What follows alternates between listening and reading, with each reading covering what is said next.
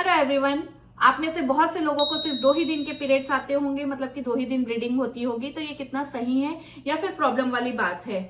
तो इसका जवाब जानने के लिए वीडियो पूरा जरूर देखिएगा, बहुत ही यूजफुल है। सो गाइस, पीरियड्स फीमेल्स को हर महीने होने वाला एक नॉर्मल, रेगुलर और बहुत ही इंपॉर्टेंट प्रोसेस है, जिसका ड्यूरेशन 3 से 7 दिनों तक का होता है। ये लक्षण और ड्यूरेशन हर लेडीज में अलग अलग होता है। जैसे कि किसी लेडीज को हो सकता है पीरियड्स 21 दिन में आए, किसी लेडीज को 28 दिन में आए। ज्यादातर लेडीज को जो है 21 से 28 दिनों के बीच में ही पीरियड्स आते हैं। वैसे आइडियल जो साइकिल लेंथ होती है वो 28 दिनों की मानी जाती है, बट इसमें 6 दिनों का प्लस माइनस भी चलता है। अगर किसी को 21 दिनों में हर 21 दिन में पीरियड्स आ रहे हैं तो उसकी साइकिल लेंथ भी रेगुलर मानी जाएगी, और किसी को 34 से 35 दिनों में पीरियड्स आ रहे हैं हर महीने तो उनका भी साइकिल लेंथ नॉर्मल माना जाएगा। तो ये तो हो गई पीरियड साइकिल लेंथ के बारे में।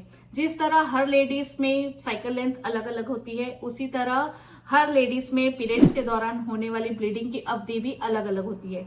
किसी को ब्लीडिंग सिर्फ 2 से 3 दिनों की होती है तो किसी को 5 से 7 दिनों की होती है।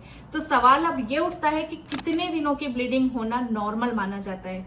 आइए आगे जानते हैं। तो देखिए, पीरियड्स का समय और उसके कम या ज्यादा आने के लिए कई कारण जिम्मेदार हो सकते हैं, जैसे कि तनाव होना, प्रेगनेंसी होना, पीसीओडी, पीसीओएस होना, या वजन बढ़ने की वजह से भी पीरियड्स अनियमित, इरेगुलर हो सकते हैं।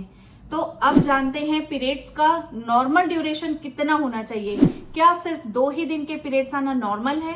तो आमतौर पर पीरियड्स 2 से 7 दिनों तक होना नॉर्मल माना जाता है।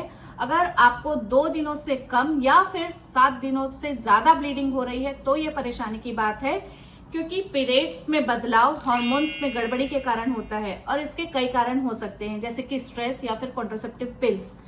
ये सीधा असर डालती है आपके पीरियड्स की साइकिल लेंथ पर, आपके हार्मोन्स पर। तो अगर आपको 2 दिन से भी कम ब्लीडिंग हो रही है तो तुरंत डॉक्टर को दिखाइए।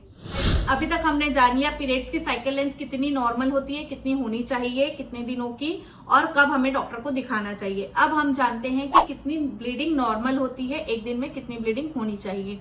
सो अगर आपको एक दिन में 5 से 6 बार पैड चेंज करना पड़ रहा है और ब्लीडिंग के साथ आपको क्लॉट्स भी नजर आ रहे हैं, थक्के से नजर आ रहे हैं, ब्लीडिंग आपको 7 दिनों से ज्यादा चल रही है, तो ये ब्लीडिंग नॉर्मल नहीं है।